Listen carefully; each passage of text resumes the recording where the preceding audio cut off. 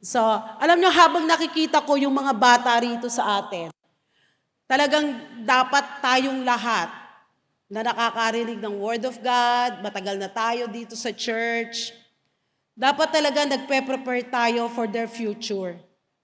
Alam nyo, dapat ang tinitingnan natin ay yung next generation. Hindi dapat natin sila pinababayaan.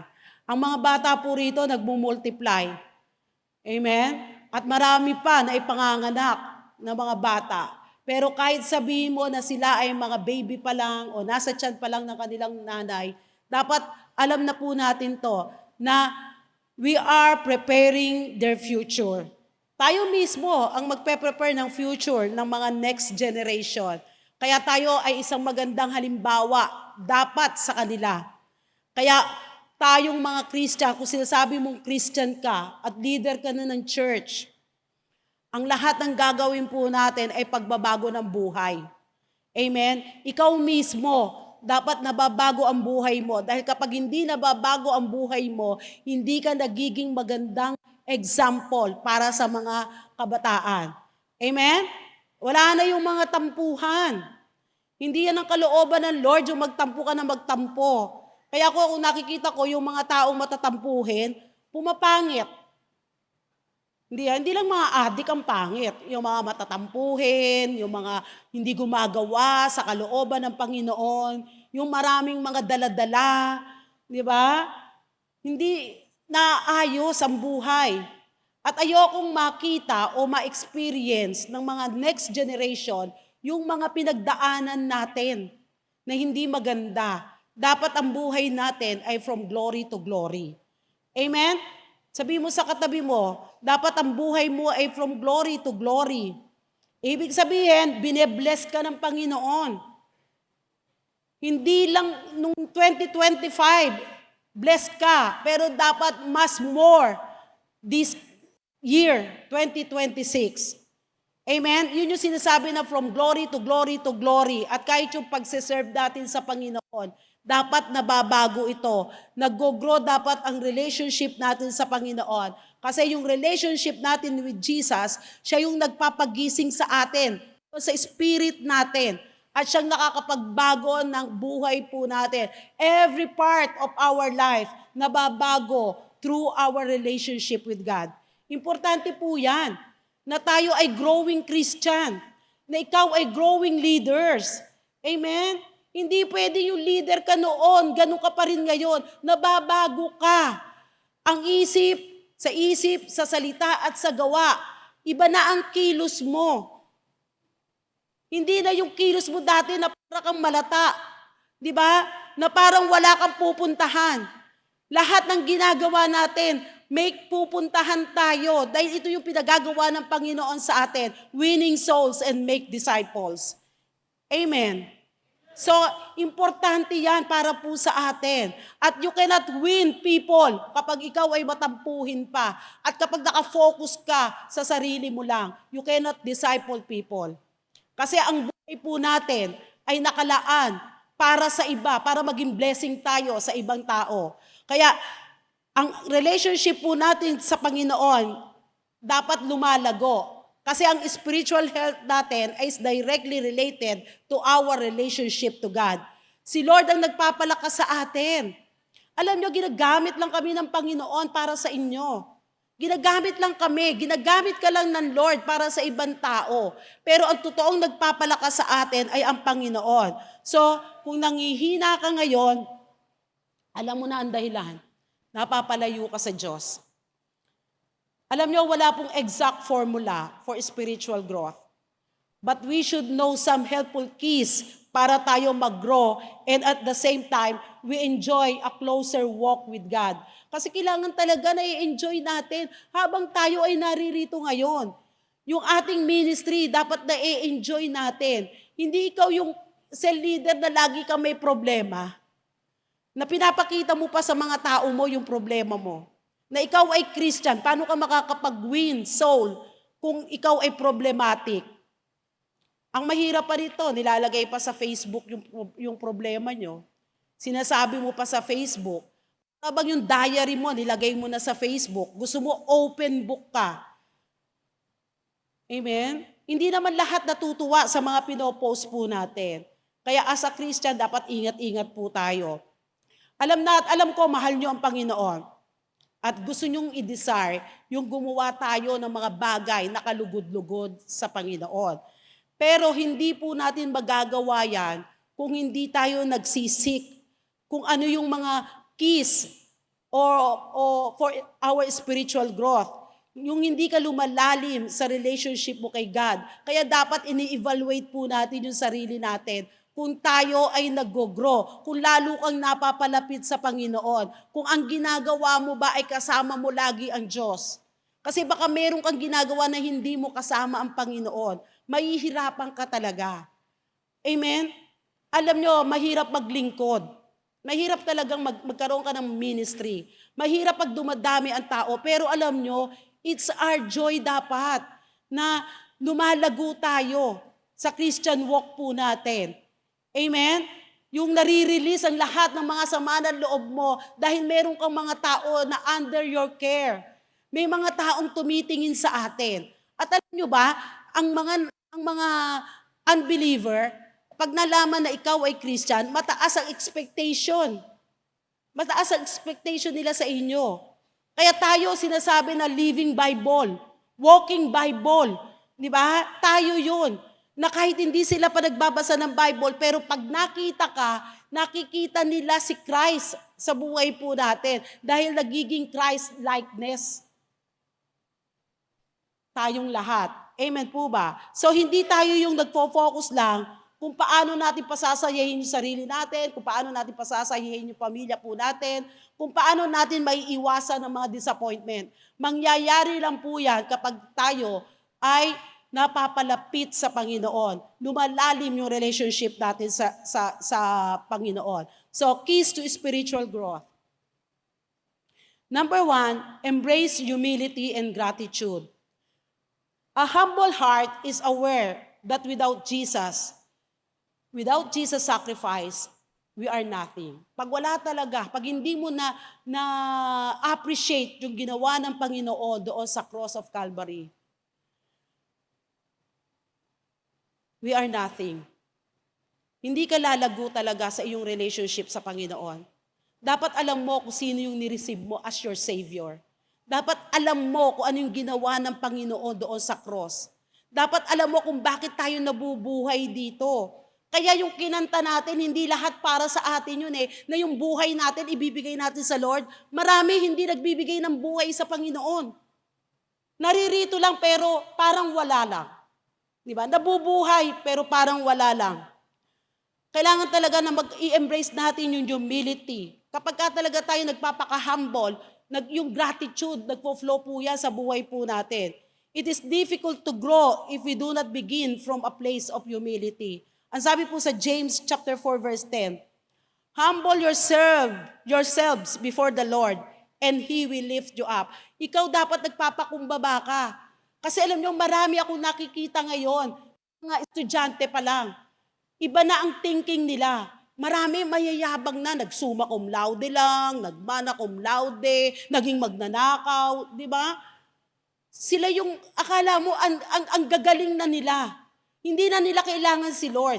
Kasi pwede silang mapasok sa mga magagandang trabaho.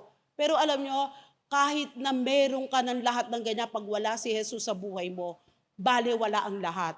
Amen? Kaya hindi tayo pwedeng magyabang. Hindi tayo pwedeng magyabang. Wala tayong dapat ipagyabang. Ang ipagyayabang lang natin yung sinabi ni Paul, yung ginawa ng Panginoon sa buhay po natin. At ang sabi sa Ephesians chapter 4 verse 2, be completely humble and gentle. Be patient, bearing with one another in love. So alam nyo, yung mga verses na ito ay tinuturoan po tayo that humility involves serving. Ang humility po involves dito ang pagsiserve po natin. Considering others more important. Kaya kailangan po natin ang bawat isa. At gusto ko po sabihin sa inyo, ang church na ito walang gagawin kung hindi magbago ng buhay. Pagbabago po ng buhay ang importante po dito sa atin. and seeking God's favor. Dapat talaga sinisik natin na kahit saan tayo pumunta, nandun yung God's favor po sa atin. Contrasting with pride, alam nyo ba? That leads to downfall. Kaya yung mga mayayabang, nako, si Lord ang magbababa sa inyo. Kaya dapat ini-evaluate po natin yung sarili po natin. Amen? Minsan meron po ako tinanong. Kasi yung tinanong ko, alam ko magsasabi siya ng totoo sa akin. Sabi ko sa kanya, may nakikita ka bang kayabangan sa akin? Kasi minsan baka mamaya nagyayabang na ako. Kasi ayoko talagang maging mayabang ako. Ang gusto ko yung heart ko maging pure para sa Panginoon. Amen. Kaya pag humaharap ako sa mga tao, ayokong nafe-feel ng mga tao na ang yabang naman nito. Diba? Parang ako na pinakamagaling sa lahat ng mga magaling. Amen. Para bang wala nang ibang tao na importante kay Lord kundi ako lang. Kaya sabi niya, Pastora, wala po. Wala po ako nakikita sa iyong kayabangan. Alam niyo, natutuwa po ako kapag gano'n na sinasabi sa akin. Kasi ayoko po talaga na kahit konti ay merong yabang sa puso ko. Dahil ang sabi po ng James chapter 4, verse 6, God opposes the proud, but shows favor to the humble. Amen? Ang ganda nun, di ba? God opposes the proud. Kapag mayabang ka, grabe. Pero alam nyo, kapag hindi ka nagyayabang, yung favor, mararanasan po natin to, marireceive natin ito. Kaya ako pag may nagpapakounsel sa akin, lagi yung sinasabi na pag nararamdaman ko na mayabang to, minsan kahit na nga nagkasala na, nagyayabang pa no? Gina-justify pa yung kasalanan Alam mo, lagi ko lang sinasabi, alisin mo yung yabang mo. Hindi ko sinasabing bawasan. Kasi pag bawasan, may matitira pa. Totally alisin mo yung yabang mo sa sarili mo. Kasi wala kang pagyayabang. Wala ka pang pwedeng ipagyabang. Amen? Hindi ka pa nga sikat, mayabang ka na, kaya laos ka na, di ba? Madaling lumalaos yung mga mayayabang. Gratitude emphasizes thanking God in all situations, praising His goodness and enduring love and approaching Him with a thankful heart. Yan daw po yung mga humble person. So in Psalms chapter 100, ang sabi po rito, enter His gates with thanksgiving and His courts with praise. Give thanks to Him and praise His name. For the Lord is good and His love endures forever. His faithfulness continues through all generations. Ang sabi, enter His gates with thanksgiving and His courts with praise. Kaya alam nyo, every time na tayo ay papasok sa house of God, dapat alam mo na yung puso mo marunong magpasalamat. Masaya ka. Amen? Sabihin mo sa katabi mo, masaya ka dapat.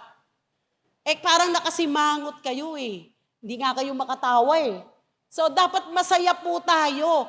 Ang sabi, enter His gates. Kapag lagi ka may pasasalamat sa puso mo, pagpasok mo pa lang, di ba, sa Kanyang presence, nagpapasalamat ka, masaya kang nagpapasalamat sa Panginoon.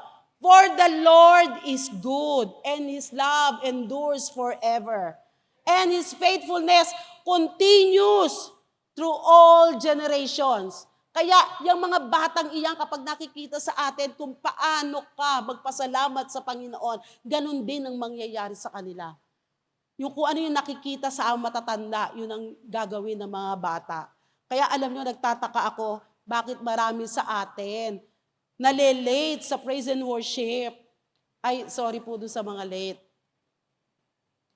Kasi importante sa Lord dyan Dapat every time na alam mo na pupunta ka sa house of God, excited ka. Yung puso mo punong-puno ng kasiyahan.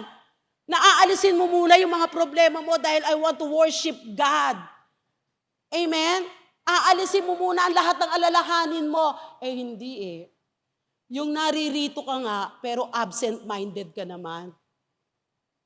Wala sa word, wala sa praise and worship yung mind mo, yung heart mo. Kundi nasa labas. Lalo na kung kabe-break nyo lang ng boyfriend mo o girlfriend mo.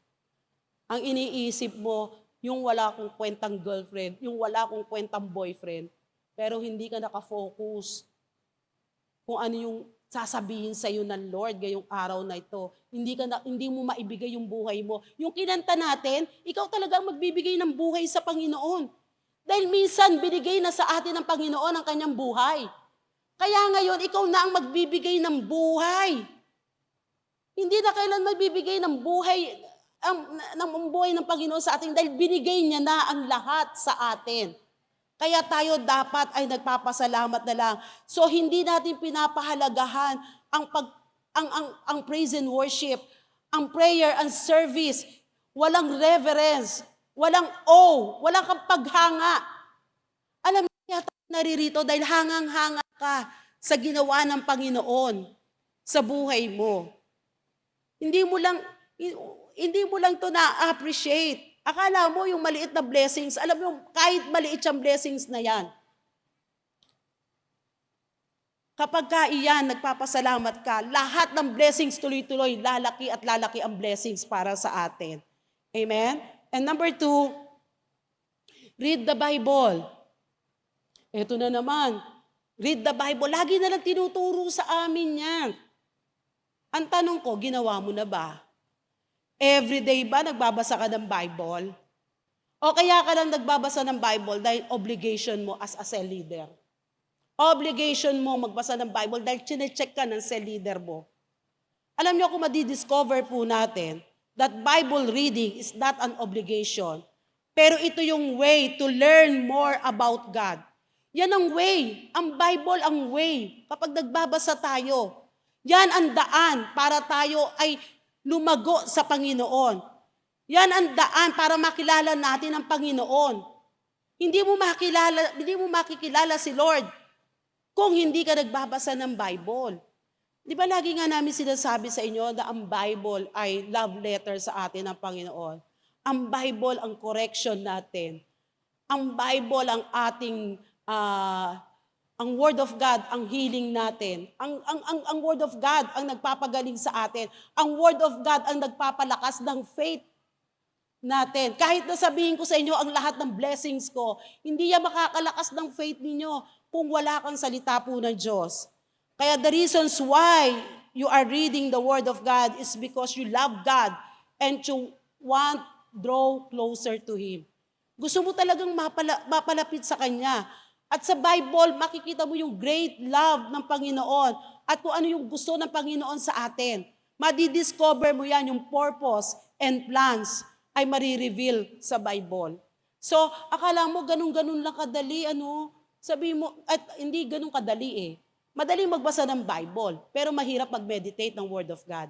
Mahirap magbigay ng time sa Bible. Di ba? Kasi kulang lagi ang oras nyo, lagi kang nagmamadali. Kaya sa umaga, Lord, sorry di muna ako magbabasa. Ay, sa hapon, Lord, sorry kasi marami akong gagawin. Kaya sa gabi, Lord, sorry, hindi ako nakapagbasa ng Bible kasi antok na ako. Pagod na ako. Amen? Pero alam nyo, kapag nasa presence ka ng Lord, lahat ng pagod mawawala.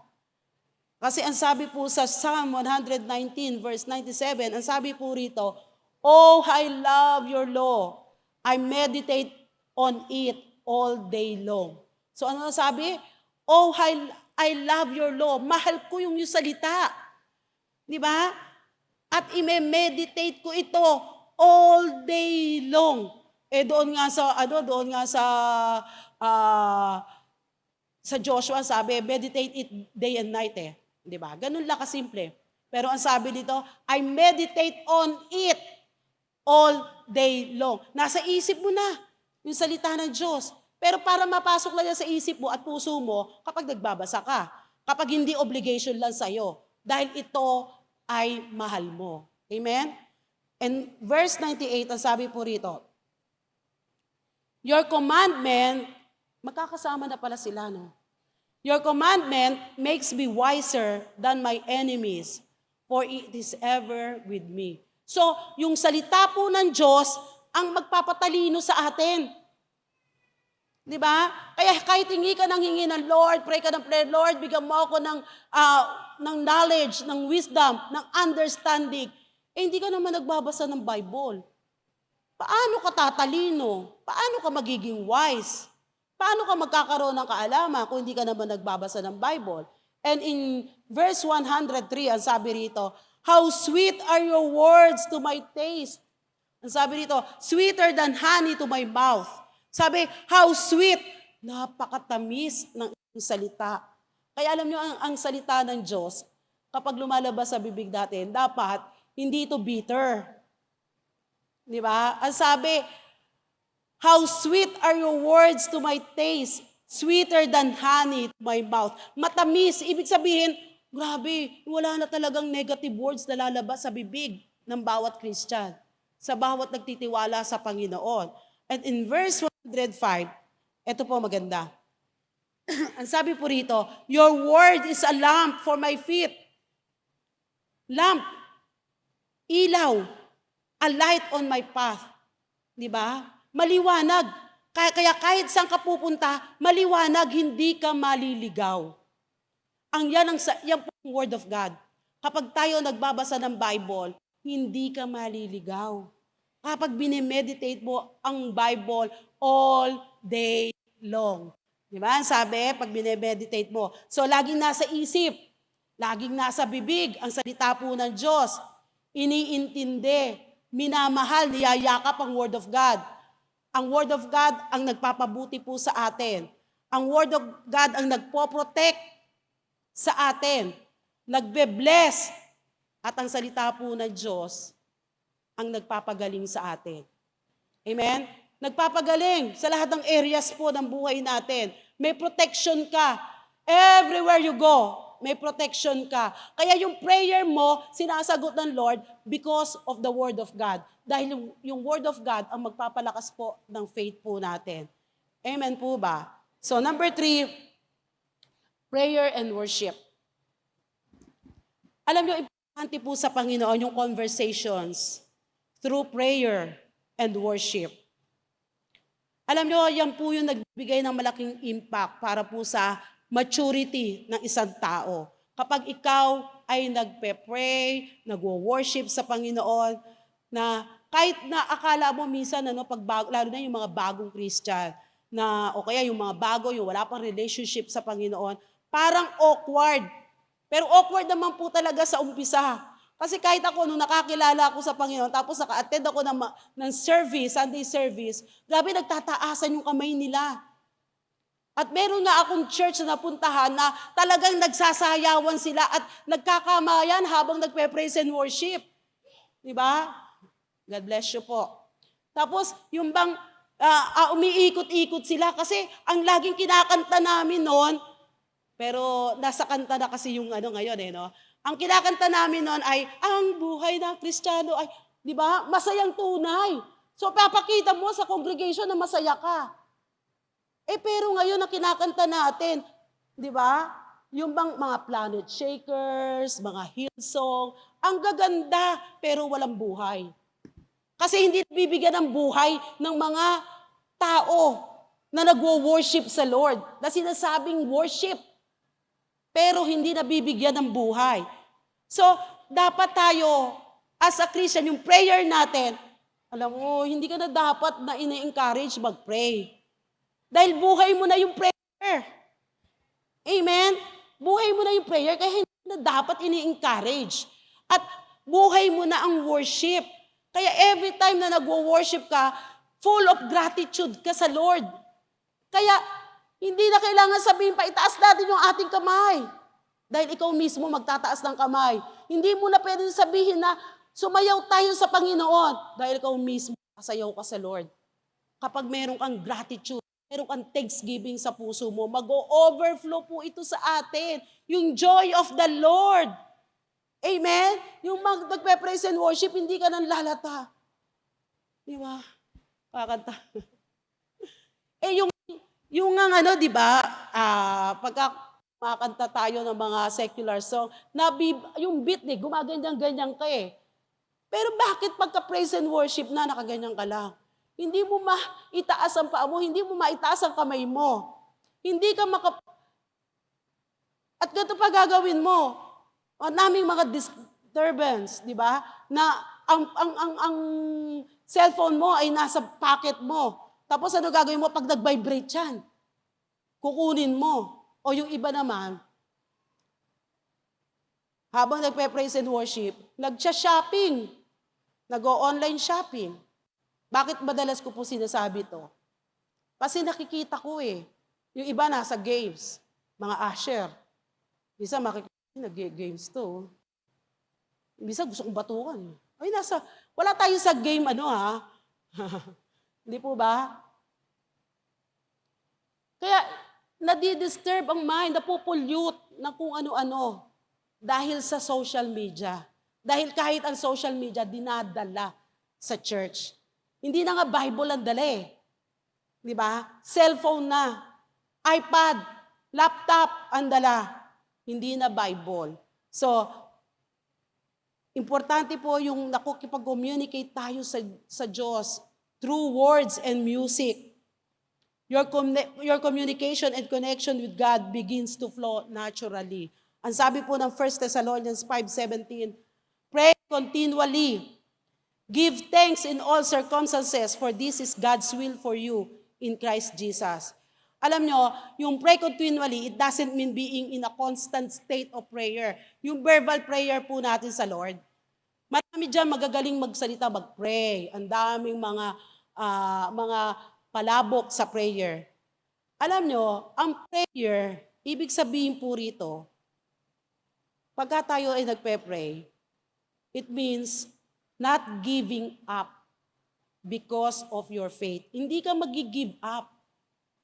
Kahit ang gaganda ng sinasabi mo, pero parang, hindi ako naniniwala Mismo ikaw, hindi ka naniniwala sa prayer mo Pag nag-pray ka ng healing, Lord, thank you for healing me. Hindi ka naman naniniwala na papagalingin ka ng Panginoon. Lord, alam ko, alisin mo ako sa ganitong situation. Pero ikaw, may doubt ka na makakaalis ka doon sa situation. Alam nyo, ang prayer, hindi ka nag-give. Hindi mo gini-give up ang iyong faith. Amen? Thankful ka in every circumstances. At ang worship is not just a song. Worship means approaching God sincerely and genuinely, guided by biblical revelation, not empty rituals or worldly ideas. Involved po dito yung ating inner devotion, yung spirit po natin, and understanding. Yung God's reality, ano po yun? Yung truth, true scripture, and a transformed heart. Nababago po yung buhay natin. Natatransform po tayo. At ito yung desire ng Diyos sa mga anak niya in John chapter 4 verse 24. Ang sabi po rito, God is spirit and His worshipers must worship in spirit and in truth. So naghahanap po ang Panginoon ng sasamba sa Kanya in spirit and in truth. So kahit nasaan ka, pero kung sanay ka mag-worship sa Lord, kahit nasaan ka, dapat sanay na tayo rito. Amen? Hindi naman pagalingan ng sayaw yan. Hindi naman yung pataasan ng kamay. Pero nagmamanifest sa atin yung pagbibigay galang natin sa Panginoon through our worship. So, wag po kayong absent-minded. At ini-encourage ko po kayo na wag kayong magpapalate every time na meron po tayong Sunday service. Because Sunday is holy to the Lord. Alam nyo kanina, nag-uusap po kami ni Cholo kasi kadarating niya lang from Africa. Di ba? Kaya mukha na siyang Afrikano So, kadarating lang po niya galing from Africa. So, kinikwento niya sa akin, Pastora, sabi niya, mahirap na bansa ang Africa. Sabi niya gano'n. Parang North Africa yata siya.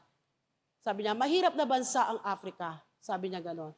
Pero alam mo, believe ako sa mga Christian doon.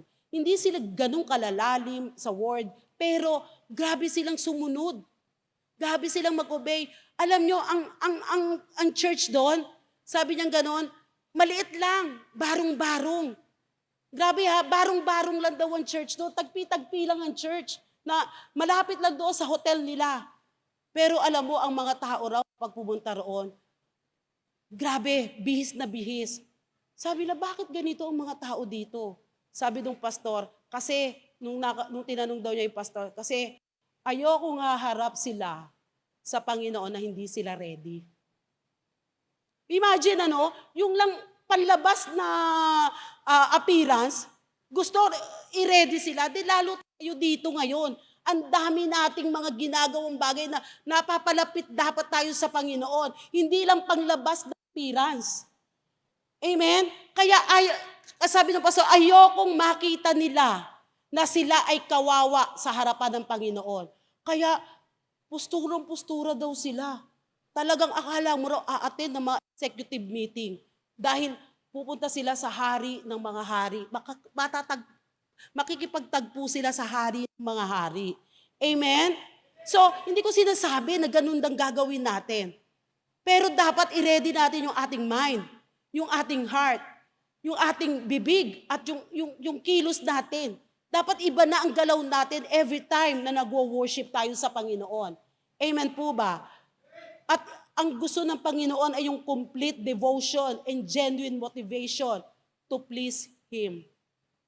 And number 4, spend time with people who are invested in spiritual growth. Ito po, isa po itong malaking key para po tayo ay lumago spiritually. Ang sabi ng Proverbs 27 verse 17, ang sabi po rito, iron sharpens iron. So one person sharpens another. So dapat tayo, di ba, na tayo ay nagpapalakasan sa iba. Kung mayroong mali, dapat tinatama natin. Hindi yung mali, nag-a-agree ka. Kaya ako pag may lumalapit po sa akin, nagsasalita sa akin, hindi ko po pinapayagan na mag-agree ako doon sa mali niyang ginagawa. Kailangan tinutuwid po natin. At ang sabi sa Proverbs 17 verse 17, a friend loves at all times, and a brother is born for a time of adversity. So meron tayong mga kaibigan na nagmamahal sa atin all the time. Pero alam nyo, yung mga kaibigan na hindi nagbabasa ng Bible, hindi lumalago sa kanilang relationship sa Panginoon, yan ang sisira ng buhay mo. Amen? Kaya hindi ka dapat nakikisama sa mga bad influence.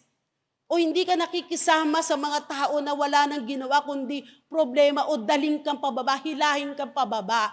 Dapat lahat tayo pataas ng pataas sa relationship natin sa Lord. Kaya nga minsan, di ba, kwento ko sa inyo, na bakit ganon? Kapag naririnig ko itong mga tao dito na nagkikwentuhan, excited sila kapag mga concert, mga artista, di ba, ang mga pinag-uusapan nila. Di ba, yung mga shopping nila, tuwa sila. Itong grupong ito, hindi ko nakikitang nagkikwentuhan about sa Panginoon, yung gawa sa kanila ni Lord.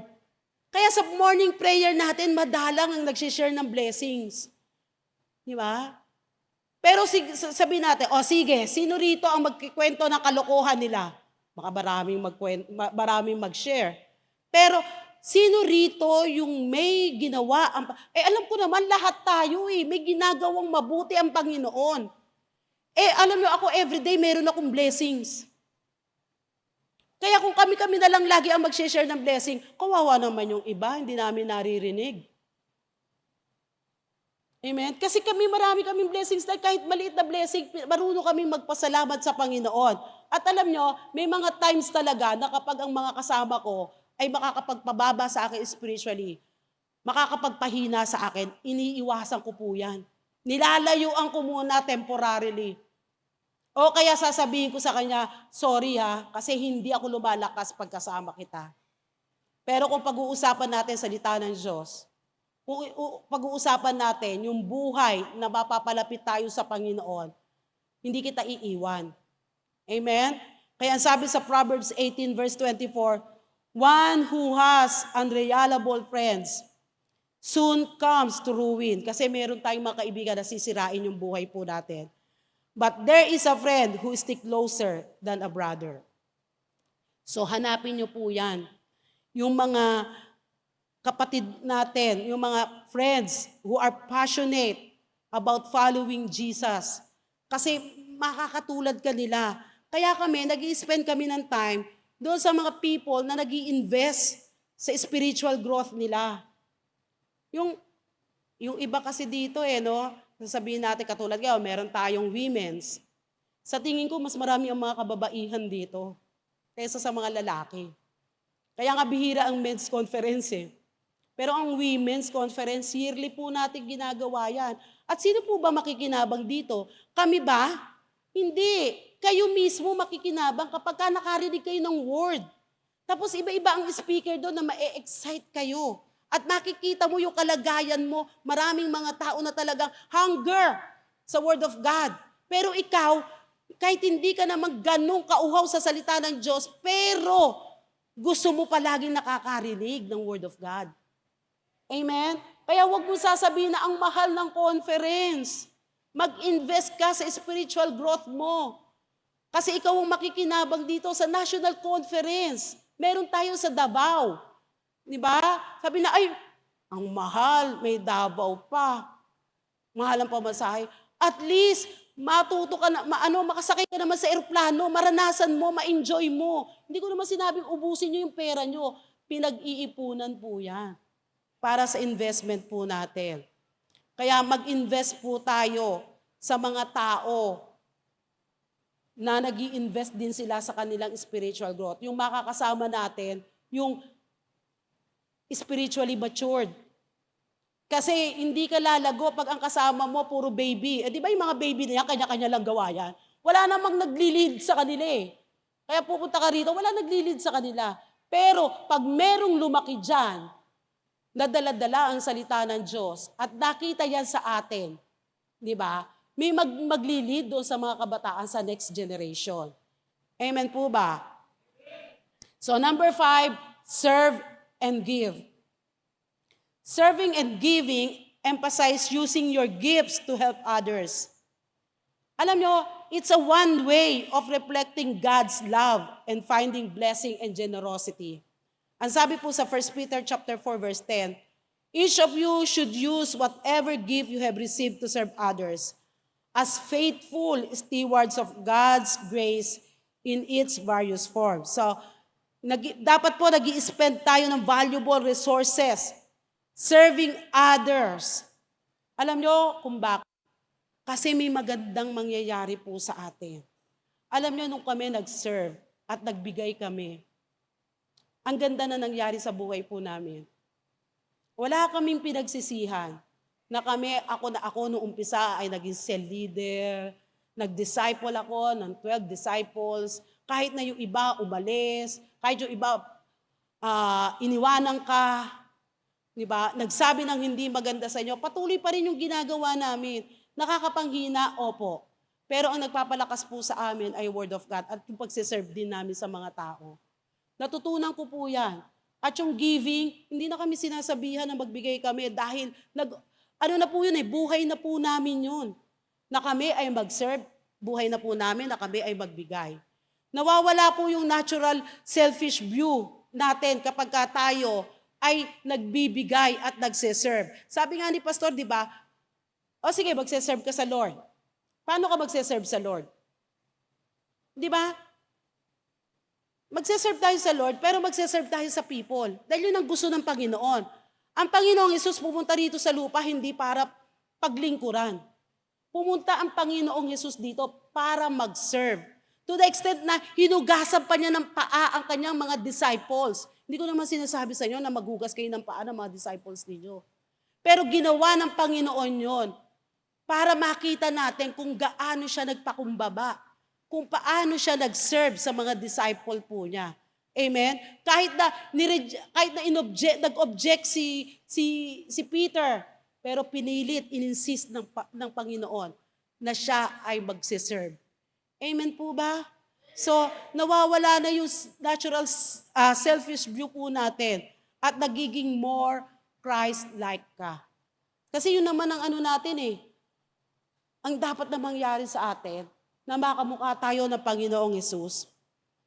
Amen? Kung ano yung ginawa ng Panginoong Hesus. Pero meron tayong mga leader na nagbibigay ng guidance sa atin. Meron tayong mga leader na pina-follow. Kasi gusto mo i-follow mo si Jesus. Paano mo ipa-follow si Jesus? Hindi ka nga nagbabasa ng Bible. Kaya nga meron tayong mga leader na nagko-correct sa atin, na nagtatama kung ano ang dapat nating gawin. Kaya meron tayong Sunday service. Kaya meron tayong cell group. Kasi kasama po yan sa spiritual growth po natin. Number 6, participate in a church community. So ano po yon? Yung cell group po natin. Alam nyo, importante po yan for our spiritual growth. At nagbibigay po yan ng opportunity to practice and share the growth we experience alone with God. Kasi ikaw mismo, kapag meron kang community, meron kang cell group, di ba, na i-share mo kung ano yung experience mo, kung ano yung kabutihan ng Diyos sa buhay mo. Importante po sa atin. Kaya, kung in-encourage ko po kayo, kung kayo po ay wala pang cell, lumapit lang po kayo sa amin o sa mga leaders ng church. Marami po tayong cell group. Iba-ibang lugar, iba-ibang cell leader. Marami po tayong time para mag-cell group. Akala nyo ang cell group, ganun-ganun lang. Ay, ayoko dyan, ayoko ng cell group. Ang cell group is a place na doon ka lalago. Kasi dito sa Sunday service, hindi ka lalago rito kasi hindi ka nagpa-participate, nakikinig ka lang. Pero sa cell group, pinag-uusapan nyo kung ano kung ano yung napag-share natin dito, kung ano yung word of God na makakapagbago ng buhay po natin. Amen? Ang sabi po sa Hebrews chapter 10, verse 24, ang sabi po rito, and let us consider how we may spur. Yung mag-encourage ka sa bawat isa. One another on toward love and good deeds. Not giving up meeting together. Hindi mo gini-give up yung meeting. Once a week lang po yan. Kung paano hindi natin gini-give up yung Sunday service natin. Kasi alam mo, itong Sunday is holy to the Lord. At gusto kong sabihin sa inyo na ang cell group is holy to the Lord.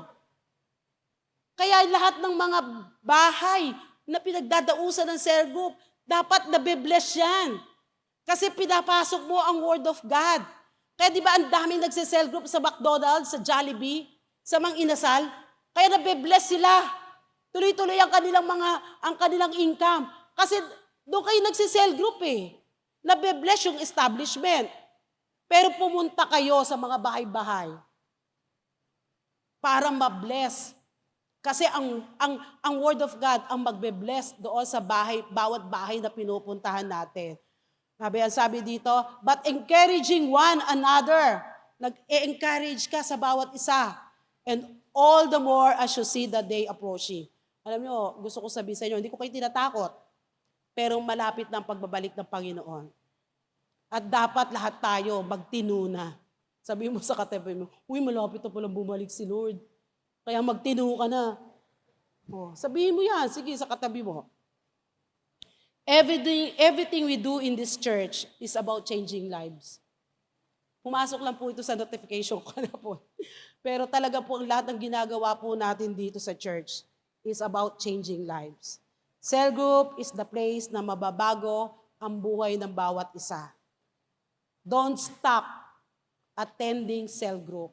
Wag po kayong uminto at wag po kayong magsawa na umattend ng cell group. Kung paano lagi namin kayo ini-encourage na Sunday, wag kayong mag-miss ng Sunday. Ang cell group hindi rin po natin minimiss. Kasi cell group is holy to the Lord. Amen? Kasi nandyan yung yung nagbe-breaking of the bread kayo. Di ba? Example yan na binigay sa atin ng Panginoon. Diyan yung nagpapalakasan kayo. Diyan yung nagsasabihan kayo ng mga blessings ninyo. Na-encourage ang bawat isa. Kapag kayo ay nabibless. Alam niyo ako, every time na nasa prayer po ako, natutuwa ako doon sa mga nagte-testimony. Alam niyo, ang gusto kong part ng ating prayer ay yung testimony. Pero pagka sinabi, wala na po ba? Wala na po ba? Wala na po ba? Ako, grabe no, ang daming nasa prayer, nasa 100 plus, pero bakit walang nakafocus sa prayer? Wala bang pinagpala ang Diyos? Pero alam nyo, ang dami ko naririnig na testimony dito sa lugar natin, sa church natin, na pinagaling ng Panginoon. Alam nyo, kapag ka nararamdaman nyo ang pagkilos ng Lord, lalo kayong magbabad sa prayer. Lalo kayong magpakita sa prayer. Lalo kayong mag-focus sa prayer. Lalo kayong mag-focus sa worship nyo sa Lord. Lalo kayong mag-focus sa Word of God.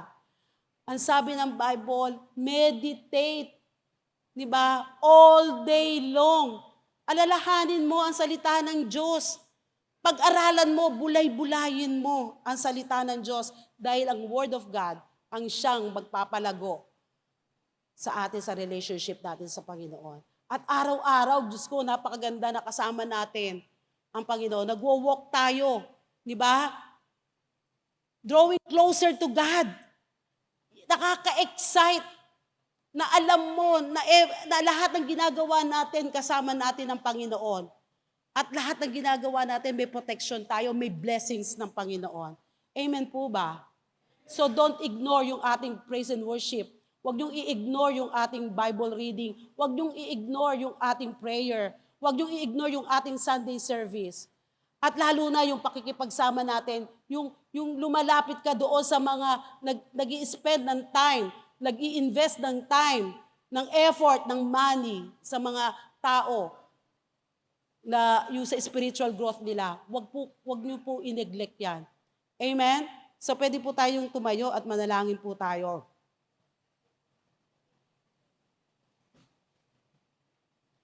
Manalangin po tayo. Panginoon, maraming salamat po. Dahil itong araw na ito ay ginawa mo para sa amin. At yung word mo ay tinanim mo sa puso ng bawat isa. Lord, ang langin ko na yung salita mo ay makakapag-prune sa aming lahat. Lord, na ang lahat ng hindi magaganda sa buhay po namin ay tatabasin ng iyong salita. Lord, mag-focus po kami sa iyo, Lord God. Kung ano lang po yung pinapagawa mo, Lord, yun lang po ang gagawin namin. Minsan, nakafocus po kami sa mga walang kakwenta-kwentang bagay.